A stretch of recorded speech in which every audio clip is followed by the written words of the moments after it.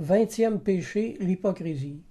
Le dictionnaire dit de l'hypocrisie, caractère d'une personne qui dissimule sa véritable personnalité et affecte le plus souvent par intérêt des sentiments ou des qualités qu'elle ne possède pas. Affectation d'une extrême piété, fausse dévotion. Fin de citation. C'est le pharisaïsme dont l'évangile de Jean fait l'étalage. L'hypocrisie peut être consciente ou inconsciente, mais dans les deux cas, elle demeure condamnable et mérite toujours les réprimandes les plus sévères. Saint Augustin a dit « Nous ne devons pas nous laisser tromper par ceux qui, se couvrant du nom du Christ, invoquent ce nom sans en pratiquer les œuvres. » L'hypocrite est donc un acteur, un faux dévot. Il fait semblant de posséder une vertu qu'il n'a pas, ou une foi qu'il n'a pas. L'hypocrite affiche des airs et des apparences de piété, il joue une comédie. L'hypocrisie est une affectation. C'est la religion des apparences extérieures et qui imite la dévotion sans la posséder réellement. Elle n'est qu'une prétention puritaine. L'hypocrisie est donc tout à l'opposé de la vraie sincérité chrétienne. L'hypocrisie donne dans la sensiblerie, les simagrées, les simulations et les singeries de la piété. Elle se réfugie dans les cérémonies extérieures. Elle est une imitation de la chrétienté. L'art du déguisement, une contorsion de la conscience, un faux semblant effronté. On donne le bon Dieu sans confession concernant les prêtres et les pasteurs alors qu'on ne devrait vraiment pas là. Matthieu 22, 18. Jésus, connaissant leur méchanceté, répondit « Pourquoi me tentez-vous, hypocrites ?» L'hypocrisie, c'est le seul péché qui a provoqué, allumé et déclenché toute la colère du Christ. L'hypocrisie est une telle laideur devant Dieu qu'elle est une véritable tentation à la destruction. L'hypocrisie est le signe d'une conscience cautérisée et une marque de perdition. Matthieu 23, 14 et 15. Malheur à vous, scribes et pharisiens hypocrites, parce que vous dévorez les maisons des veuves financièrement, et que vous faites pour l'apparence de longues prières. Ils se font payer pour le bien qu'ils font. À cause de cela, vous serez jugés plus sévèrement. Malheur à vous, scribes et pharisiens hypocrites, parce que vous courez la mer et la terre pour faire un prosélyte. Et quand il l'est devenu, vous en faites un fils de la géhenne 2 fois plus que vous. De tous les péchés, l'hypocrisie est le seul péché contre lequel le Christ a fulminé et qui a provoqué chez lui une colère enflammée. Amen. 21e péché, la bigoterie. On dit bigoterie ou bigotisme, c'est la même chose.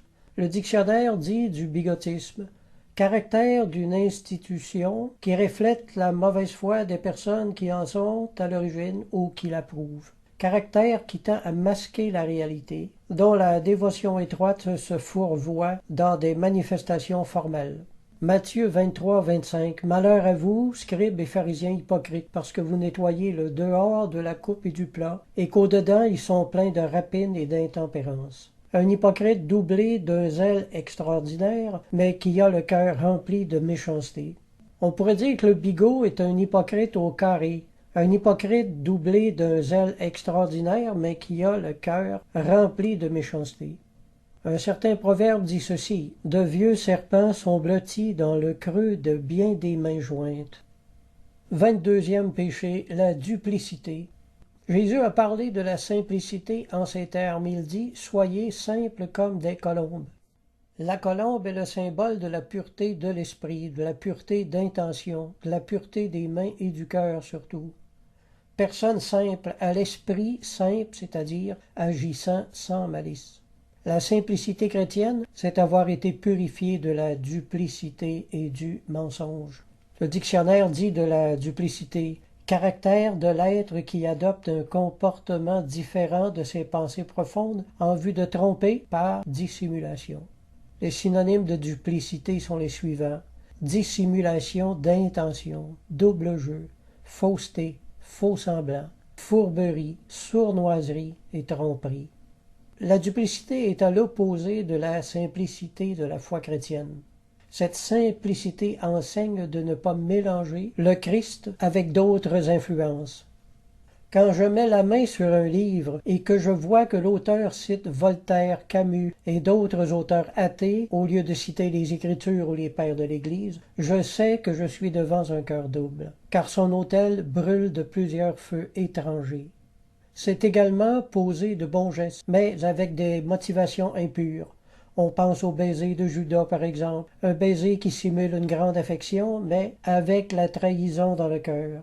J'ai observé la chose à maintes reprises sur certains sites sur le net et certains groupes protestants. Ils ont des sites où ils invitent les catholiques à étudier la Bible dans un esprit de fraternité et de non-jugement. Mais leur vrai motif derrière cette apparente ouverture d'esprit, c'est d'amener le catholique à croire qu'il désire uniquement un échange fraternel sincère, un partage des points de vue qui enrichirait les deux parties.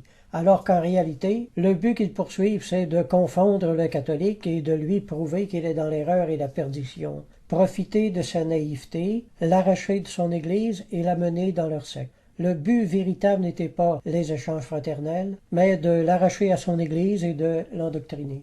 Mais sachez, mes amis, qu'il ne fait pas le bien, celui qui vous attire en cachant le but réel qu'il vise. Tous ceux qui emploient des moyens détournés manifestent qu'ils sont eux-mêmes dans l'erreur. Les manigances ne viennent jamais de Dieu. Les armes de Dieu sont la droiture d'intention, la langue honnête, le visage découvert, la simplicité du cœur et la rectitude. À l'opposé de la duplicité, il y a la candeur, la cordialité véritable, la franchise, la sincérité et la véracité. Mes amis évangéliques, lorsque vous serez capables de ces belles vertus fraternelles, peut-être alors serez-vous capables de véritables échanges édifiants avec des catholiques. 1 Pierre 2:1 dit ceci: « Rejetant donc toute malice et toute ruse et la dissimulation. » Amen.